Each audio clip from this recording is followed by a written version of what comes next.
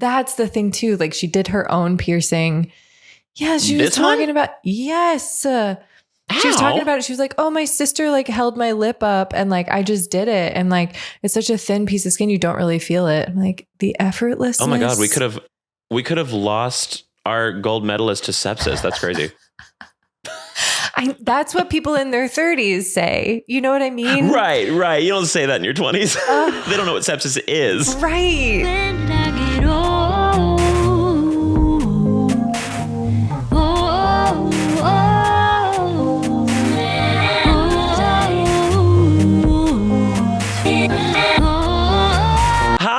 Hi. Welcome back, everybody. And my dear Blake. Welcome back. Yes, welcome back, my dear Heather. Welcome back to Keep Me Young. I'm Blake, of course. And I'm Heather, of course. Of course. And this is your weekly podcast to watch two millennials try to stay culturally relevant through pop culture, entertainment, video games, movies, culture, sports more lately, actually, weirdly. Which it's going to be a big sports one for me today. Listen, is it a sports one for you today too? It sure is. How could it not be? Wait, do we have the same? We probably have the same one. Probably. We probably have the same one. Okay, wait. Okay, on the count of three, we'll say it at the same time. Ready? 3, 1, 2, 1. 3. Alysa Liu. Woo! Perfect. Oh my gosh. Yes. Well, then that's perfect. That's perfect because we were just saying before this, we are both on a time crunch this week. So you're going to have a nice, quicker episode today. We got places to be, people to see. We got to talk the talk. It all is what it is. I left my watch off. It's that serious. But I just realized while doing this. Oh. But anyway. Naked wrists for the pod. Yes. So perfect. So in that case, I guess let's just dive into it then. What's keeping us young this week is Alysa motherfucking Liu. Oh my God. I'll start broad if you want to get more specific because my old also is somewhat Alysa Liu. They kind of go into each other, but it's like women's sports, also the U.S. women's hockey team. The fact that I care about hockey. The fact that I read a blow by blow of that game. The fact that the U.S. team was like, take out the goalie. We're only playing offense. That's crazy to me that's allowed. I didn't know you could do that. Wait. That's what they did to win against Canada. They took out their goalie and they were like, nope, put in another offense. Insane. Wow. And just watching Alysa Liu. Yeah. They said, fuck it, we're bringing the guns. Exactly. And then they won and it was amazing. And I think like somebody on the US team and the Canada team were dating each other. TBD, I need to look farther into that. Heated rivalry. Wouldn't be shocked if we had a lesbian heated rivalry before that happened. Like, I mean, I feel like they invented the rivals to lovers trope, right? Like, where would we be without lesbians? For every trope, really. I know. Oh my gosh. I know we literally just said we're keeping it brief, but one tiny tangent is also that I learned via Instagram. That's where I learn everything, that there is a trans man who was an actor in Heated Rivalry as one of the hockey players who used to play women's hockey and is not allowed to play men's hockey. So he's an actor and he got to be a hockey player in Heated Rivalry. That's really beautiful. That's beautiful. That's so sweet. Fucking beautiful. I love that. Yeah, just ice sports and Alysa Liu. Here we are back at Alysa Liu, but just please take it away. Yeah. So I first fell in love with Alysa Liu. Ahead of everybody else, I just would like to say I am a culture starter this time. In this one event, I am a culture starter for the very cool one before time. Everyone else was. Yeah, exactly. And spread it. It is on Twitter already. But I was watching the Olympic qualifier. So I got to watch her one more time than everybody else. And that means that I know her best. Yes. That means that I'm still a tourist. Hanging out I'm still later. a tourist. Yes, I'm still a tourist, but I'm a tourist who plans and shows up early. And so that's where I'm at in the ice skating. I've always been fascinated by ice skating, but like I definitely am one of the like, Christmas and Easter churchgoers where it's like when it's time to watch it on the main stage, I'm diving fully in. And so I was watching her during the Olympic qualifiers and everybody was talking about Amber Glenn, and Amber Glenn is also just phenomenal, by the way. She had like a rough, bumpy short program, which sucks, but she nailed the free skate, which I thought was absolutely wonderful. Friend. Yes, that's the beautiful blonde girl. Pan icon. queer. Yes, she is. Icon. And she pissed off so many Republicans, and it made me so happy. But she... Oh God, she made him so mad. And she still makes him mad. And she's still walking home with that gold. They got team, baby. So fuck it. Yeah. but so she was really rad. But she was kind of like the one that was like set to like win it all. But I remember watching. I was watching Alysa Liu, and I was like, I don't know. There's just something about her. She's just really fun to watch. And then just her story from the get go. Like even in the qualifiers, she was being like, I'm just here to kick it. Like this is just for fun. Like it's just beautiful. And so anybody that doesn't know, sorry, we should probably preface this. Anybody that's just listening, Alysa Liu now I'm her best friend because I can go way back because I just now read her Wikipedia article. She was born in like this 2005. Yes. Hurts a little, but it's okay. To a single father of 5, eventually started skating when she was 5.5 in Oakland, California. Father was a dissenter from China who like came to America and like with 1 million kids in tow got a law degree and became a lawyer. Amazing. Crazy. America is built by and because of immigrants. We all know this. We know this. Amen. Amen. But then like the timing, like Sasha Cohen won in 2006 and somebody else won in 2006 too. But like basically like in our brains, in our memory, like all of these young women have won at figure skating from America. We have the like Michelle Kwan, Tara Lipinski in our brain. Like, oh yeah, America always wins at figure skating.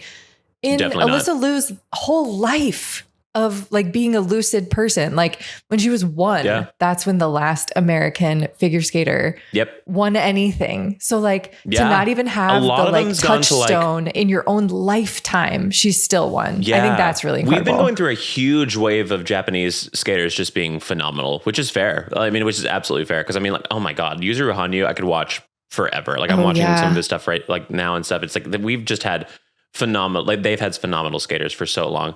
And but yeah, so Alysa Liu ended up being, she had a lot of promise already because she came out of the juniors and she at like 13 years old won nationals, the youngest person to ever win nationals, US national, like the title that goes on to world competition.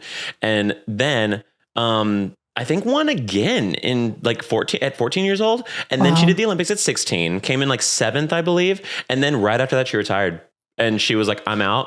She said, I am out. And then she like not because of took 2 years off. Not because she had to. No. She was just sort of like, I'm out, guys.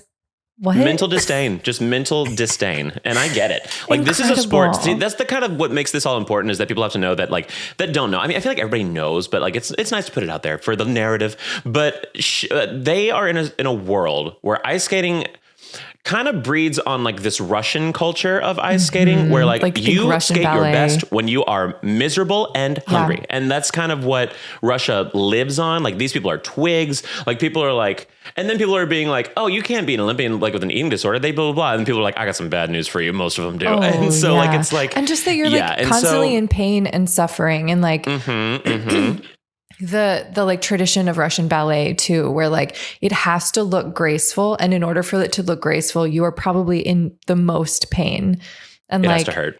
You are suffering and no one is allowed to tell that you're suffering. Just like the psychology of that really breeds probably exactly a lot of shit. And especially if you're doing it as a child, you carry a lot of crazy stuff into adulthood if you're not careful. Absolutely. And so she hit that wall and she was like, I'm not having fun. And I just don't, and clearly she wasn't like bred to be a figure skater, as you can tell from her father's backstory. So like, if she didn't want to do it anymore, then like, she's like, I'm out. And so like she showed promise at a young age, but no one was telling her like, you have to do this or you're not going to get dinner.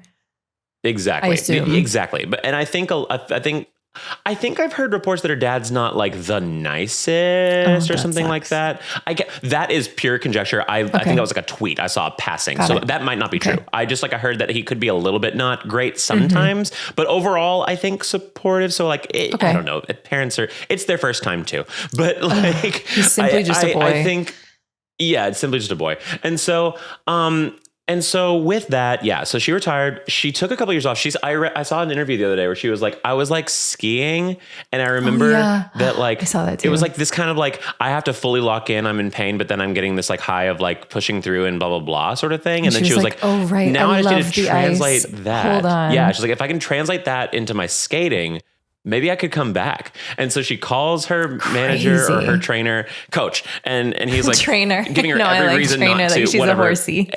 She calls her agent. And she's like, she's like, breeder. Hello.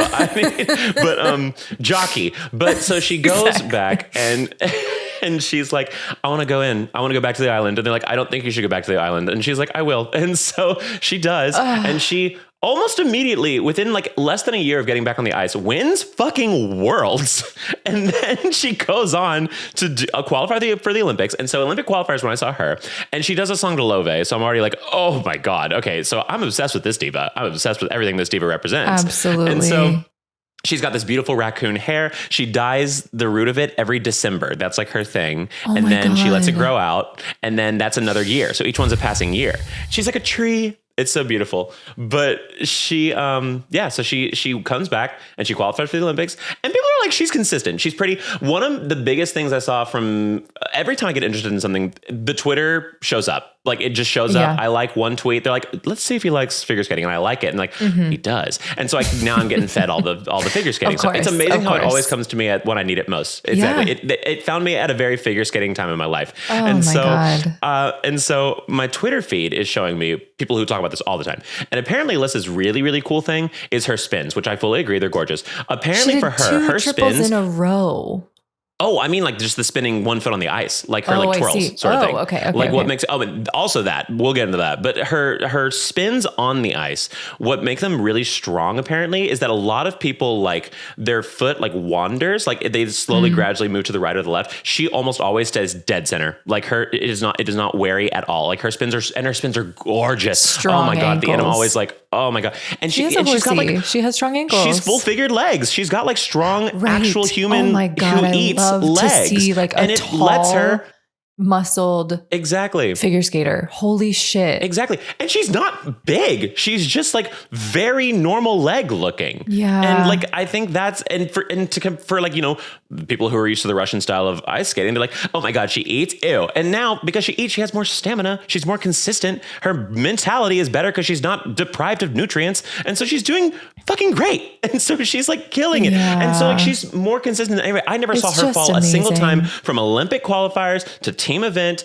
to individual like short and free skate. I never saw her fall a single time. And it's because she's consistent. It's because her mind is not racking. Right. Is she so strong and solid, but like from that foundation comes joy, you know, like when all of your like Maslow's hierarchy of needs are met, like that's the kind of joyful art that you can make. It is truly amazing. I completely agree. It's what was her short program so awesome. Where it was some song that made me cry? It was Love. Yeah. That was the one. Okay. That was It qualifiers? Hurts to Be Something. It's Worse to Be Nothing. Yes. Like all that stuff with you. Oh, it's so good. That's the very first video that made its way to me. And I said, hold on. I didn't know that figure skating could make me cry like this. The couples, like the duo skates can usually do that. And like anything that's like under the So You Think You Can Dance umbrella. But solo figure skating has not made me feel that way. Oh my God. And just on my tiny little phone screen, on my little black mirror, watching that program, I was like, oh my God. And then that's when my phone and Instagram gave me literally every other piece of content. MacArthur Park. Like she's giving the kids what they want. Oh my God. Someone left a cake out in the rain. And it's just, and we ate it up. We did. It's so good. My God. And it's so funny because the most viral part of that routine is the end when all the jumps are done. Like the part that's going around is her just having fun. Totally. Just like knowing she's good. All her jumps are out of the way. Let's just have some fun. She's doing a little like the split in the air and all that stuff, like hitting the beats perfectly. She's also musical. Like she has musicality. Like that's so I love to see that too. It's like a gymnast, like what is that called? It's gymnastics, but it's like dance. The floor routine? Floor routine. Like I love to see that where you haven't like, you're still in the music. Like that is something that I don't think I've seen as much in figure skating either. It's sort of like, yeah, the music is happening, but I'm doing my skating and I'm not really like rhythmic necessarily because maybe that would like take me out of my line. Yeah. But like gracefulness at the top of everything, but it's sort of like no artistry at the top of everything. Oh my God, I cannot get enough. It's so good. And I did not know that there was a gala skate. I don't know what a gala skate is. I am so new to this party, but watching everybody's gala have like skates, an Olympic gala. Yeah. Including Ilya in his jeans and hoodie. Oh, I loved all of them. Somebody said that he is one of the greatest skaters that will ever live, and we have to get him out of this mentality of a Russian man living in Dubai. Let him have it. Let him have it. I swear to God. He's like the most Eastern European person you've ever seen in your life. At this point in my brain, though, I'm just like, Diva, this is your first round of the Olympics. Now you've shown the world you're straight. Put the wig on. Just put the wig on and queen out. You'll look even better and we will celebrate it and you'll win. Like, just do it. Just do it. Like, it's just going to look better. I'm sorry. I don't like kick in the air. I don't like punching. I don't want to see. Oh my God. I don't want to see bro out on the ice. I hate it. I'm sorry. I'm so, I mean, I guess there's room for it. I get it. Just in like a counterculture sort of way, I'm really here for it. It is. Because that also is like just breaking the norms in general. But yeah. It's just like we went from like Yuzuru Hanyu, who's like a living swan, who's like literally a sentient swan come to life. Yeah. And then he's like a fourth grader being like, watch what I can do. And he's so impressive. I'll watch him skate all day. Like some of the tricks are really cool. I love what is it called? The strawberry twist or something? Raspberry twist or something. I don't know the names of these. It's like he does like a Power Rangers move basically, but it looks really cool. It's giving like hungry hippos sort of like. Kind of. Yeah. But it is what it is. He's still the best jumper we'll ever see in our lives probably. Totally. So like, you know what? He can do what he wants. As a treat, you can be straight. It's fine. As a treat, you can be straight on the ice. As a treat. We said famously, probably many a time on this stream, honestly, or on this stream, on this, I'm mixing my mediums up on this podcast. On this stream. But do you ever have dreams that you're streaming? So dreams that I'm streaming. Or like, do you have YouTube dreams? I think I actually just dreamt last night. That I was streaming and then my views weren't as high and I felt kind of sad. Which shouldn't affect my mentality, but sometimes. Like when you're learning a new language and then you like have dreams in that new language, but like you live, you're like living in a new world of like streaming and it's not new anymore, it's just always something though. It's always on my brain. Yeah. Like there's always something going. There's something up next all the time, which is fun. Sometimes overwhelming, but usually only at night. During the day, I'm like, oh, fun. I actually have things to do. Great. That's fun. God, tell me about it. The nighttime is when the bugs come out of my brain and they say, hey, did you want some cockroaches in here? No. That's the thing. No, thank you, actually. Yeah, that's the thing. Most people have the Sunday scaries. I have the Saturday scaries because I start planning out what my next week's going to look like. And I'm like, oh, God, it's all over. I'm not going to get it done. And then I inevitably get it done. So like, it's fine. Yeah. I have never experienced Sunday scaries. I have experienced like first day of school scaries. I really would get anxious before the first day of school as a kid. Hated that. But kind of now as an adult, it's like every single morning, maybe for like 10 minutes, just slight dread. So there's not like one day where it's all happening. It's just like that liminal space where I have to go from like beautiful, comfortable, warm, like recreating the womb, sleeping, to like being born every day. I'm like, God damn it. Here we are again. Yeah, that's a lot. And then we get on our hope core and we get out of bed and we record the podcast with our bestie and everything's fine. Yeah. And it's all good. It's all good. That's the thing. But I like, it happens. All that to say, Alysa Liu, just absolute queen. Absolute queen. That brings me into my, keeping me old, aging me, is her piercing on her frenulum and her hair and just how I don't want to compare in like a self-deprecating way, but it's more like I'm on the sidelines being her auntie, her ankle. Somebody told me about ankle where it's aunt and uncle at the same time. Ankle. I love it. I'm her ankle on the sidelines, just being like, do what we couldn't. Like, that's how I feel. I do feel old, but in like such a wonderful way where I'm so appreciative. And like, I'm simply not going to dye my hair every December like a tree, but that is the most beautiful thing I've ever heard. You know, like my rebellion is dyeing my hair one time. Exactly. Color. Like you're excited, but you're like also like, wait a minute, why am I getting out queered by a 20-year-old? You don't even know the blueprints. But I'm also like eating popcorn being like, what's next? What are you going to do next? Yeah. And then like the culture is going to catch on. Totally. Well, I will say, Heather, I mean, if you want to start doing it now, I've heard many people say that the next, like that's going to be the next hairstyle now because of Alysa Liu's success. Here's the thing.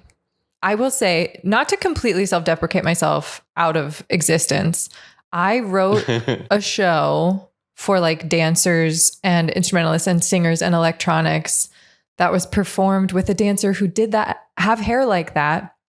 Ooh. I'm not going to name them, but they're like well known in the dancer community, and they had raccoon hair like that in 2021. So there you go. Alysa Liu, grow up, 20-year-old. Yeah, I think that person was considerably younger than me at the time, and still are, because that's how aging works. But I at least was in a show with them. Right. But yeah, now it is. By proxy, you won. So hell yeah. Also, so suck it. Yeah. Also Asian American. I feel like, I don't know. There's I feel like that sort of like texture and color of hair maybe looks better than like some dirty blonde Kaylee from Utah trying to do that, you know? Fair enough. Just like thin white people hair doesn't look quite as good. Also curly hair would probably look real messy with that. I didn't know you were segueing with that. So I thought you were going back to your other qualms. So you were like, also Asian American. I was like, Heather? Also, what's aging me? She's Asian American. I was, excuse me? Let it be known, we love that she's Asian American. Love it. Oh my God. No, I'm simply fixated on that hairstyle and like how good gorgeous. It looks. It's and absolutely how gorgeous. Like I simply will never do that or like feel like I'm able to do that. Fair enough. But I'm also listing off all of my excuses. Like, oh, it looks better on like longer, like straight hair. Oh, it looks better on like thicker hair. No, I can't do it. That's simply what that is. Fast forward like 4 episodes of this podcast and I was like, hey, all rocking it out. Hi. No, I would do the like shaved head with the leopard before I would do like anything that sort of is time. I feel like you could pull off that like, I feel like you could pull off that like some strands are natural hair and some strands are the bleach blonde. I think that'd look really cool. Like frosted some strands tips, of your hair, or not really. Like there's just like full strands that are blonde and full strands that are like normal, like your regular hair color. Yeah, that look kind of cool. I think one day that will happen, but it's just so much easier to bleach the whole thing all at once. Amen. That's also the difference between us. Great. I'm doing it like at home at midnight, listening to like podcasts, not going into a salon doing it. So that's what makes us different. Fair. Too. I feel like cool enough as Alysa is, I feel like there is a level where she's not allowed to do her own hair before her competition. Yeah, definitely. But she did. It looks really good in a ponytail also. That's the thing too. Like she did her own piercing. Yeah, she was talking about, yes. She was talking about it. She was like, oh, my sister like held my lip up and like, I just did it. And like, it's such a thin piece of skin. You don't really feel it. I'm like the effortlessness. Oh my God. We could have lost our gold medalist to sepsis. That's crazy. That's what people in their 30s say. You know what I mean? Right. You don't say that in your 20s. They don't know what sepsis is. Right. So I'm like gratefully aged and staying young because of Alysa Liu. You know what I mean? Of course. I have a slight age with that then, if that's the case. Okay. It's that Republicans are desperately trying to make her one of their own. And it's so funny. How? Because I'm like, look at her. Well, because they were so here's the thing. They were so obsessed with Amber Glenn that they were like, see, this is what happens when you like talk bad about your country, you lose, blah, blah, blah. And people were like, this just in, Republicans excited that an American lost at the Olympics. But then they were like, yeah, they're not like Alysa Liu, the biggest patriot we have. I'm like, where? Interesting. Alysa Liu, who just in an interview talked about how immigrants are really important for this country. Interesting. I do love it when they accidentally go woke. Like that line about the gun where you're like, well, hold on. Hold on. I know that's not what you meant, but it did sound like that. Poor gun. Interesting. Yeah, true. It's wild, Heather. It's like they will do anything. And so then there's literally people like editing like, which is horrible, like Nazi symbols behind her for her figure skating routine. Is like, first of all, I would sue if she like she's busy right now. What? When she's got some downtime. I hope she sees this and I hope she sues their asses for everything they're worth. Oh my God. I just, yeah. I mean, she very clearly is also like, I don't know. Because like Amber Glenn posted a photo of her holding her team gold medal with Alysa Liu before any of the other events and said, they hate to see two woke bitches winning. And like clearly Alysa co-signed that. Go off. Go off. Amber Glenn is like honestly one of the coolest fucking people. Also, I will say, like she's her medal a phenomenal skater. She's flag. a strong skater too. She's a strong ass skater too. Yeah, like she's a jumper. She's like Ilya. She like jumps hard. Gala skate a lot when she did like it was beautiful. A squat back bend like while skating. Yes. Oh my God, she's really crazy good. I will say all that to be said. Alysa Liu is very artistic and very consistent. Amber Glenn just sometimes just fucking rips it. And it's crazy. It's giving like a little bit more athletic and like punchy, maybe. I don't know. I don't know words to describe figure skating, but yeah. For sure. More edgy, maybe. But yeah. So that was like semi-aging me. I was just like, this is fucking crazy that y'all will do anything to try to make people one of your own because That's one amazing. Is with you. You got Kid Rock. That's what I was just thinking. Like, imagine having to grasp so hard to do like AI slop, putting Nazi flags behind an Olympic figure skater winner. But that's because all you have is Kid Rock. That's it. End of sentence. Oh, you have Erica Kirk, but you also kind of hate her. God, so whatever. Yeah. You have Erica Kirk, but it's like in a weird, like prisoner in the basement dungeon sort of way. Yeah, she's kind of like your cousin has to come too. And you're like, oh, okay. Don't backtalk. That's your cousin. Okay. Right. Hey, don't talk bad about my cousin. That's also my wife. So God bless Erica. God bless the USA, especially Alabama. But anyway, what's actually aging me? Okay. Yes. Go ahead. Yeah, it's also a small one. So really that one was probably the bigger one because that was just annoying to read online. It wasn't like, I mean, nobody took it seriously. So it was kind of funny, but like at the same time, but yeah. But, there was also one more thing. Sorry with that. The Republican Party, I think, or like the Grand Old Party posted a thing like congratulating Alysa Liu. And then the Democratic Party, who I don't always agree with either, by the way, but the Democratic Party, like, posted that photo of Demi Lovato commenting on her Instagram that was like, get a job, stay away from her.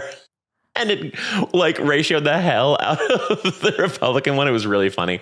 And then people were responding like, LOL, she'd hate both of you, first of all. I can't. I was like, just... I'm like, it's a girly pop with raccoon hair and a piercing hair. She's clearly like very left. Like, she probably hates Democrats too. She probably does. And just like these old heads like fighting over her. Y'all, she doesn't want either of you.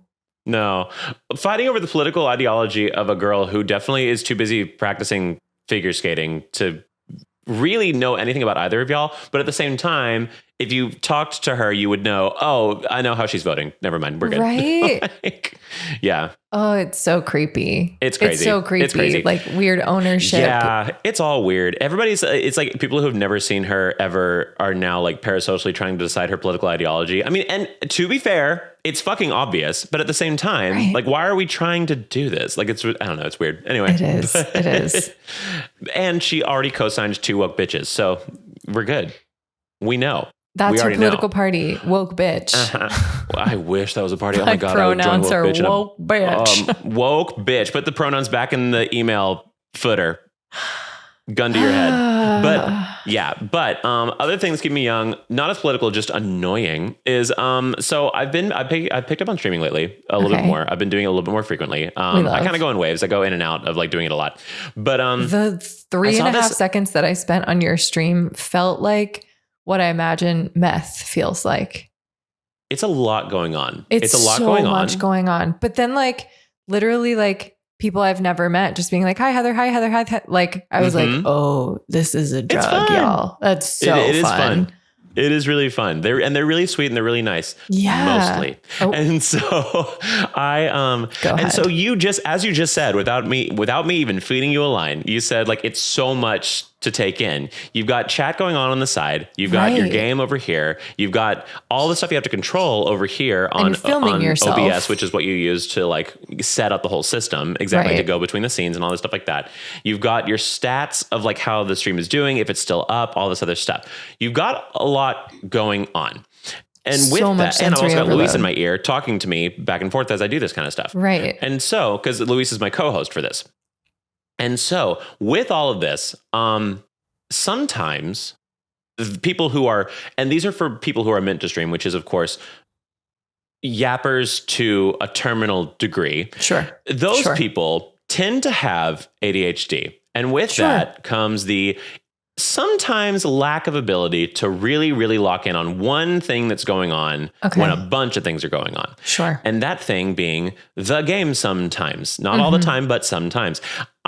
It's happened to me a little bit, but I see a lot more, like I've been seeing like tweets and stuff of like fights back and forth of this too lately. And it just like annoys the shit out of me because it's like this entitlement that comes from viewers that think that they determine how the stream goes, or like they feel like they should critique how this person plays a video game or how this person talks to people and things like that. Like, so the one that I saw on Twitter was like recently somebody being like, I hate when streamers like, don't emotionally invest as hard into the game as the rest of us when we're watching blah, blah, blah. Like whenever like a really emotional scene is happening and they're making fun of it, blah, blah, blah. I'm like, but like nobody else is playing the game, correct? Nobody else is playing the game. They're playing the game. The other people are watching them play the game. Right. And they're mad that they're not reacting the way they want them to. They're like not locked in enough. I guess they're not crying. We have not evolved to for this to be instinctual. We have the human species has not evolved for streaming to be. The brain's not built for this. Yeah, it's not built for this. We've evolved to like watch your brother's friends play Halo. Yeah. That's what we can do. But this is for just that on so many steroids. It's so weird. It's like we're like they're playing like, I don't know, fucking like Fallout or The Last of Us or some shit. And they're like, why aren't they crying in front of hundreds of people? Whoa. Like why would they get that emotionally attached to a game in front of all these people? Y'all need to go outside. Y'all need to take a walk without a phone or headphones just for 5 minutes. Yeah. And so I went through this era where I was like listening way too much to people that commented. So when I stream on the YouTube part of it, when that stream ends, it goes up immediately as it's called a VOD, but it's basically a video on demand is what it stands for. But it's basically just like the stream that I had, but they can just go watch it start to finish. Yeah. And so when they go onto that, like people can now treat it like a regular YouTube video and they can comment under it and all this other stuff. There's this one person who keeps commenting under all of mine that I've done for this game recently. Call them out. I wish. I don't even remember their name. No, but they keep commenting and just like every time, like, okay, so last time I added a soundboard that adds fun little sound effects when I press a button. And it's like, I don't do it all the time, but the first episode I thought it would be fun. And so I did it like more frequently. And so I did that. And then the person was like, I liked it before without the soundboard. It just like takes away from all the blah, blah, blah. Like it really just takes away from the fun of it. And you're not like locked in. And so it was like, okay, I'll use the soundboard a little bit less. I made the mistake of listening to them. That was the biggest mistake was listening to them. Yeah. It's like, okay, I'll do a little bit less soundboard. And then I went back and I did it again and I did another stream. And that person was like, it's, you need to stop talking to your chat as much. Like it's distracting from like playing it's like you're playing the game in the background and you're just talking to them. I'm like, well, that's kind of how I stream. And that's, I frankly think how most respectful people should stream is they should talk to the people that fucking showed up to the stream to watch you play a game at their own volition. You should give them attention. Want to lock into a game at any point in your life, you can simply lock into a game, but having people watch you do it online is just such a wildly different thing. Yeah. Exactly. And then another person commented under that and like, I agree. It was better before when he was just like focusing on the game more, blah, blah, blah. I'm like, okay, this is weird, but I'll try. And so I was like, I'll take critique. I'll be a good person. And so the next one I mentioned that I was like, okay, I've received comments that I blah, blah, blah. And so I'll try to like lock in a little bit more this time. I'll try to like space things out. And so then this person, they meant well this time. It was like, word of advice. It was like when you're playing the game, like when major events are happening, like lock in there. And when you're doing things like changing outfits or like doing blah, blah, blah, you can talk to your chat more or something like that. And I was like, oh, thanks for the feedback. I'll make sure to try to do that. And then I did another one and I thought I did it great. I balanced it out really well. I played the game. I did all this stuff. I like followed the plot points really well. I went and talked to the people on the side, whatever, and all that stuff. And then I get a comment yesterday that says, read the dialogue. I've been reading the dialogue the entire game with accents out loud. Blake. I've given each character a different voice. So like these fuckers can be entertained. And this entitled bastard is like, I read every dialogue, Heather. You're babysitting for like a wealthy family and reading bedtime stories. And they're like, I need you to read another one. Mom usually reads another one. And then you read another one. They're like, actually, this is speaking from experience, that kids that I actually babysat. And then they were like, well, actually, mom like makes up stories too. Like, okay, wow. I'll make up a story from scratch too. Well, actually, mom usually sings when she makes stories up. Oh my God. Okay. I'll sing too. God. Well, actually, mom usually does that. And then she falls asleep in the bed with me too. Like, oh my God. Anyway, here's some whiskey. Jesus Christ. Just, oh my God. Here's like a handle of vodka, like drink to your heart's content and fall asleep, whatever. Totally. Jesus. Like the thing is, I'm actually not your mom. Your mom is off being a person famously. And I'm your babysitter. Please, you'll make it till tomorrow. Okay. Yeah. And so it kind of became this moment where like I saw myself from the outside and I was like, I just spent 4 different streams trying to appease for a person who will never be satisfied. That should have just spent the $50 fucking and bought the game. In the 12 hours that I spent streaming, you probably could have picked up some sort of side thing and bought that fucking game. I see. Oh my God. That's why people do this, so they like see what the video game is like before buying it. But apparently they go to the ones that talk a lot like me and they don't go to like a playthrough with no dialogue, which is absolutely a thing on YouTube. Shut the fuck up and go to those. If you want to watch, if you want to play the game vicariously, go do a different thing. My whole thing is I talk. Everything I do is that I talk a lot. The kind of the if brand you signed up of for Jake me, Blennings it's because I talk a lot. She's going, It made me so mad, Heather. It made me so fucking mad. I have a bit of advice if for those people, if they happen to be listening, and that is, we've said this before, go do community theater, you know? Go if you have like do community theater. Opinions or like artistic, like, notes for this. Let me try this. Go take some acting classes, babes. You clearly have an idea of like how storytelling should happen, which is amazing. Go do community theater. Yeah. Don't boss around some stranger on the internet. Go do community theater. No kidding. So I'm streaming right after this and I'm about to start it with, hey guys, I'm just going to do me and fuck off if you feel otherwise. Because I don't know why I even thought that would be the thing. The people come watch me all the time are watching because I do me. Like, I don't know why I thought I should cave to that mentality. I mean, I think there's things I could learn. I could improve for sure. That's like a microcosm of life. You like think that you should listen to people and then you do. And then you're like, hold on. Where am I? I just like left my body in order to like impress or appease or whatever this other person. Hold on. But like, that's all of, I think you have to do it in order to remind yourself to get back into your own shoes or something. I don't know. It's hard to be like completely genuine and transparent and authentically yourself, like 24/7. Amen. Especially being a performer, because like we have done community theater and we have taken like criticism and direction and we have been told to yes and until we literally fall off a cliff. So Heather and I one time took artistic direction and we decided to do something for a scene and the two of us got called incorrigible because we were trying to have fun with something because we were acting. Because we were like, it was a comedy scene and we were being funny. Yeah, and we were being funny in a scene where we were supposed to be funny and the director was literally like trying to say that we're difficult. Yeah. It was crazy. But in like a funny way, like, you two are incorrigible. Like that's what you tell children. And also we were like, wild. Yeah. What a crazy gig. What a crazy gig. And this really is what came from it. I was like, or hey, we just took the advice that I just gave those people. Like if we were out in the world trying to like make our own shit, and grumpy men who are frustrated and maybe in the closet. I don't know. Maybe in the closet. Maybe told us like, hey, you can't do it that way. Hey, you can't do it that way. Hey, you can't do it that way. And then you know what we did? We just started our own bullshit. And here everyone is listening. How fun is that? Yeah. How cool is that? And people liked it. And that's the thing. It was so wild because he hired us. But I remember very distinctly that he hired both of us because we were very clearly like the two funniest bitches in this cast. Clowns. And then he just tried to filter it down so hard every time. There was a scene where like I had to be in a dress, and this character, this is probably a little bit telling, but at the same time, like whatever, I'm not singing, so it's fine. But I did Is it though? This scene. Could be like many operas. Yeah, that's true. Oh, it could be any company, actually. That's true. So they're safe. But there was a scene where I had to be in a dress because I'm trying to be undercover and not be caught by like, I can't remember what, like police or something like that.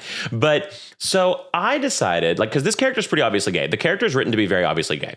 And so I thought, what if I played it kind of like Timon from The Lion King, where he gets into the luau outfit and he's just like queening out. Like he's owning that shit. He's queening the fuck out. Or like Pleakley in Lilo and Stitch, when he has to get into like garb and he's like feeling himself, you know? Like I'm like, what if I do it like that? And so we do our first run of this, me and Heather, and I'm just like queening out. Like I'm just like, this is fun. Like I'm in it. Like this will be cute. Like it's gonna be so funny that he's like so confident about this, blah, blah, blah. And so then he's like, Blake, why are you doing it like that? I'm like, oh, I just thought it'd be like really funny, you know, if he leans in and it's just like going full out, full camp kind of thing like that. He's like, no, well, a man wearing a dress is inherently despicable and disgusting, and it should make everyone want to puke and embarrassing. You should be filled with shame if you ever want to do anything girly. He's like, you don't have to play it up or whatever. Like it's already like humiliating, blah, blah, blah. And I was like, well, we thought, and then, so Heather, at one point, we did a couple bits of this, and I was still kind of giving a little bit. I mean, that's why he really didn't like us, because I was out there being the woke police. He was woke 1.0. We were woke like 5.8. Like it was so he. Later on, we're still doing it, and I think I keep like just accidentally giving a little bit of like a something while I'm doing it or something. Like I'm not trying to like be a football player in a dress, and so that point. He like says something, I can't remember what, or he does it again. And then Heather, bless their soul, Heather says like, that's not right though. Like, you know, they actually are men that wear dresses and stuff, and that's not, or something. Cause at one point he literally just at some point just blurts out, it's a man in a dress. It's already funny. Which is like totally, well, the cross section of like when I was coming out as non-binary, and also like what the world was going through with politics and this show and COVID on the top of it. Like there was a lot of weird COVID stuff going on in this show. I wouldn't say shit like that now. I would let boomers be boomers. I have come a long way since those days. I appreciated it in the moment though. Like it was just really annoying. It was just annoying. It wasn't even for the sake of like, it wasn't even the sake, even that moment, I wasn't even trying to be like for the sake of like human rights. It was just like, I just think this will be fucking funnier. Like if he owns it, like I just think it'll be funnier. And so I don't know, like it was just weird. And he like, I don't know, it's a guy in a dress. It's funny. I'm like, yeah, for like the 90s, like humor's different now. You want a younger audience. You can't have man in dress be the punchline. Right. But when we were told, do not be the director, we took the hint, and now we are the directors. Yeah, and I frankly gave a much less funny performance for it because everything I did got edited down and it sucked. Well, that's such a like, there was some stuff with other people in that cast where like about costumes and about like wanting to look good. Just in theater in general, it's like the thing about being an actor is you do not have a lot of power at all. No. You are a puppet, a hot, talented puppet in somebody else's show. And like, wanting to be like, oh, well, I'll buy my own costume. Oh, well, let me do this. Oh, well, I think this should go this way. I think this should go this way. And like, so it's somebody else's show. And if they're making choices that you think are mistakes, let them you know? That's why I've always hated whenever actors are like the people getting the brunt of the attack on movies and stuff like that. Because almost 99% of the time it's the fucking director. Probably. And go be a director if you want to be in charge, you know? Yeah, like go make your own shit. You don't even have to be a director. Go make your own shit. Go stream your own fucking game. Go stream your own fucking game. Let's see how good you are at it. You're probably bad at it. I'm also going to say you're probably fucking bad at it. Everybody's a critic. Sorry. And we're like good cop, bad cop. And you have to be bad at it in order to get good at it, you know? Yeah. So go be bad at it. Oh, I used to be bad at it when I first started streaming. Yeah, have people laugh at you, have people bully you, and then you'll get better. I used to, when I was streaming, I would like finish every joke I would say. I'd finish with anyway, and then I'd keep going back to my stuff because it was like almost like an apology for making a joke. Because there's no you don't hear laughter. There's or anything. No feedback. There's no feedback. I just have to trust that people think it's funny. Oh, that would make me insane. Yeah, that was a fun time. But we've grown and we learned. But yeah. Anyway, all that to say, fuck that guy, and I'm going to keep going and do my own thing.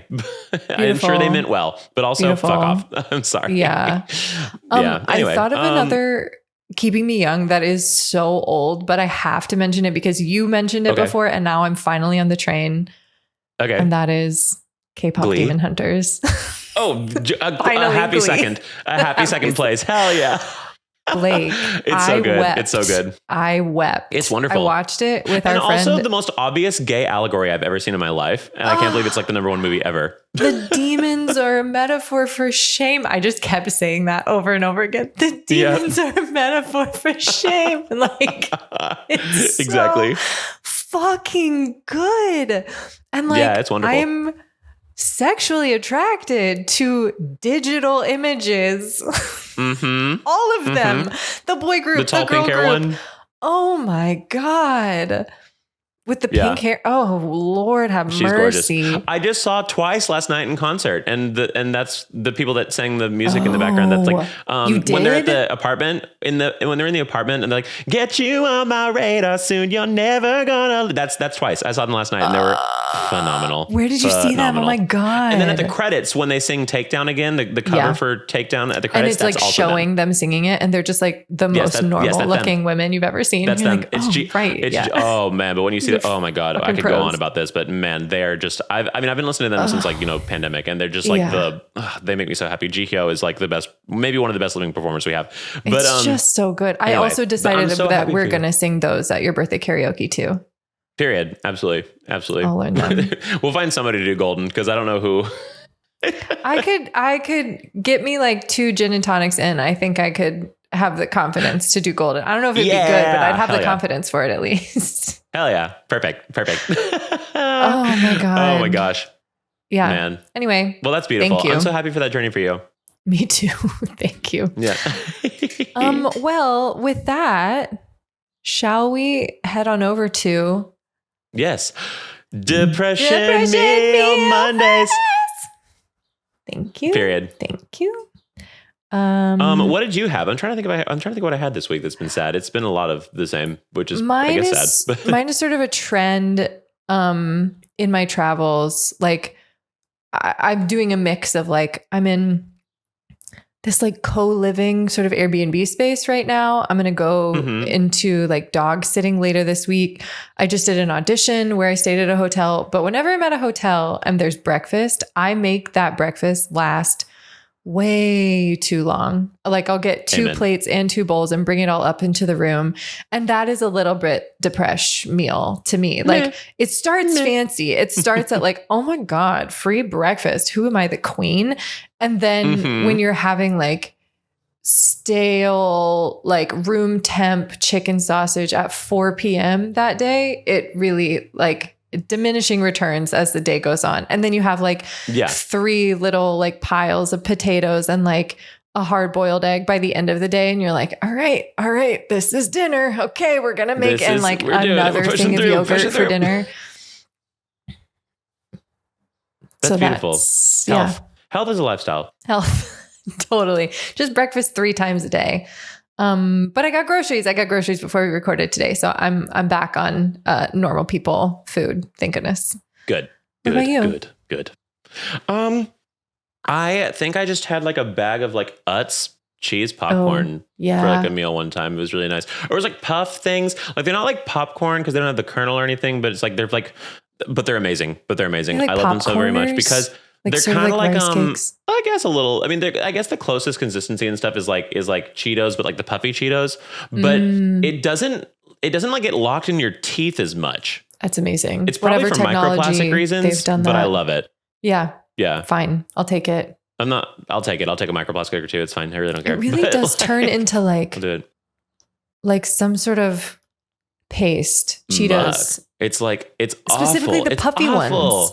It just it's like trying to eat mud after a while. I'm just like, I can't really do this. Is. I cannot do this, but that's okay. We literally got a depression meal sent to us 4 minutes ago, but oh, sick. Live on the scene. Is that fun? Could be. If it's good. It's okay. It's okay. We can do another one then. I had one picked out. The one that I picked out was time sensitive. It was a Valentine's Day depression meal. Valentine's Day is also when I saw K-pop Demon Hunters. That's okay. Womp womp. It's okay.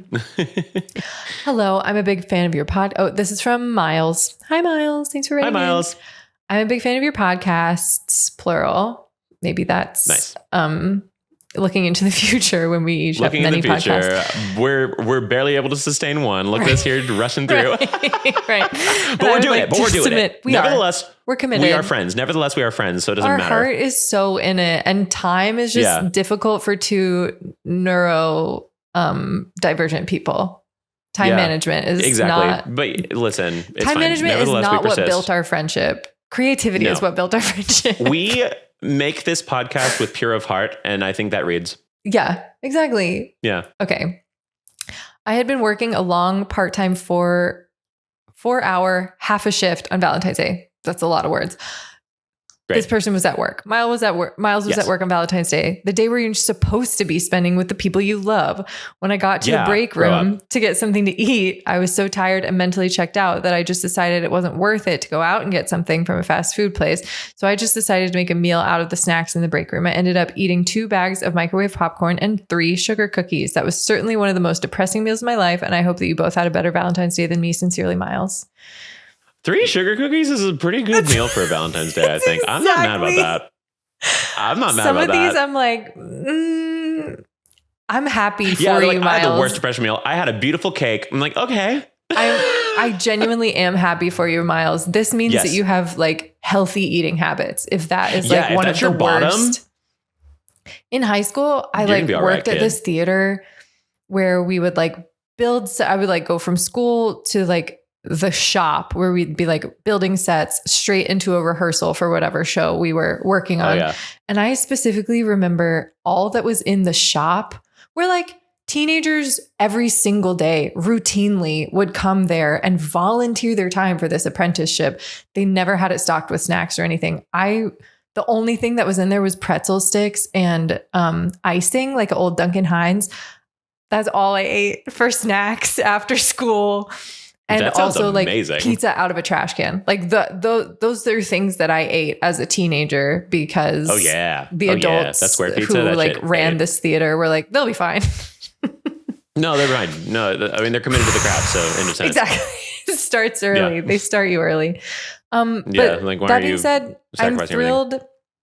I'm thrilled for you. And also you're valid. Maybe also you're valid. You are valid. And maybe this worst Valentine's Day just means that next year is going to be the best. Yeah, think about that.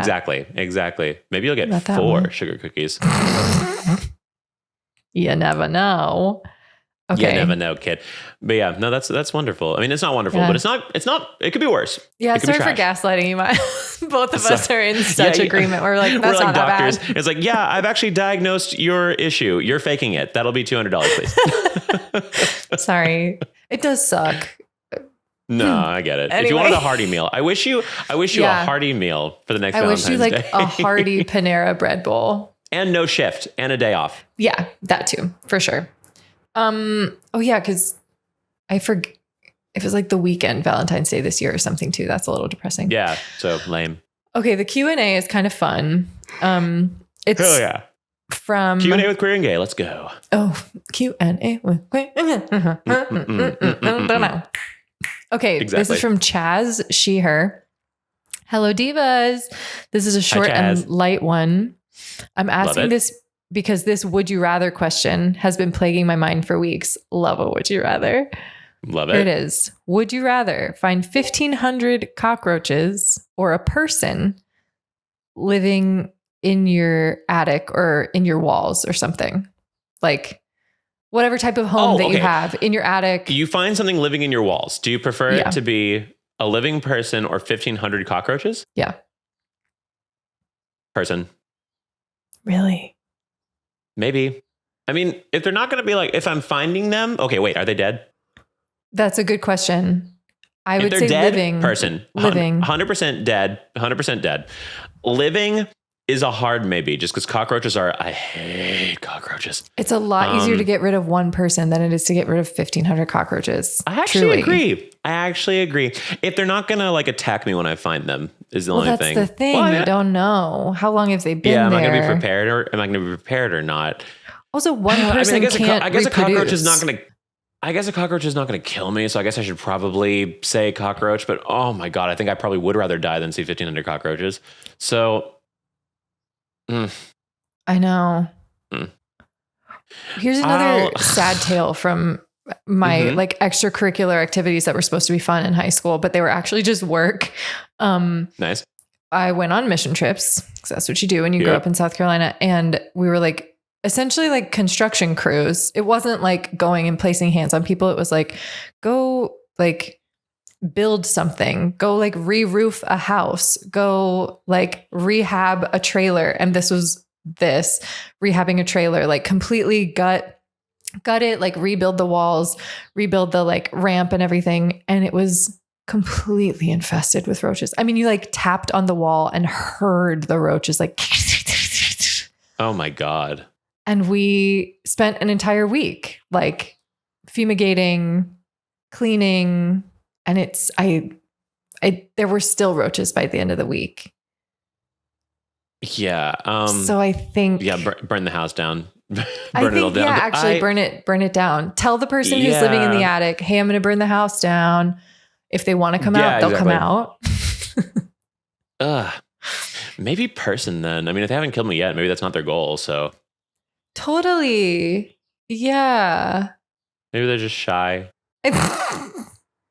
And you know what? Housing crisis is real. Yeah. If I'm the type of person who like has enough space that a whole other person could live in my home, maybe I should be thinking about how I'm using that space. What kind of ally are you exactly? I'm starting a tenants union with the person in my attic. That's my answer. Unless I can charge each of those 1,500 cockroaches with rent, in which case, I'll capitalism wins. That's fine. Yeah, capitalism wins every time, unfortunately. Yeah. Okay, perfect. Well, then we have our solution. Done. Wait, I need to read just the end of this email, which is incredible. Excited to see your answer whenever you get to this. Just had to send something in because I have a feeling you guys are going to get really big eventually, and this is my only chance. Love the show. That's thank you. Sweet. Thank you. That is we so have sweet had and episodes delusional. reaching 1,000 views more quickly lately. So, hey. That's something. We don't believe in that. And if you, Chaz, don't believe in us, who is? You know, we all have to start with delusion in order to catch up with the delusion. It's got to happen that way. I don't know any content creator who didn't start with blind delusion. Because how else are you going to get started? Absolutely. All right. Well, thank you all for joining us. If you want to submit a Q&A and or a depression meal to us for us to read on the thing, you can reach out to us at keepmeyoungpod@gmail.com or in our DMs on Instagram at keepmeyoungpod or in the comment section of our YouTube video, which you are here right now at. Maybe. You might be on Spotify or Apple, which if you are, please make sure to give us a 5-star rating on both of those and then like and subscribe and blah, blah, blah, notification bell, all that good stuff on YouTube. So there you go. I recently read our reviews on Apple Podcasts and they were so nice. We could use some more is the thing. If give us some more. If it crosses your mind that you're like, I like this podcast, go ahead and leave a little thing, you know? Yeah. Get a little wordy with it. Give us your pros. Give us your pros. Oh my God. Somebody sent into the Gmail a sonnet. And I don't know how we're going to share that, but it has to be shared someday, somehow. One day, baby. One day, baby. Mm-hmm. But that day is not today. So I am Blake. And I've been Heather.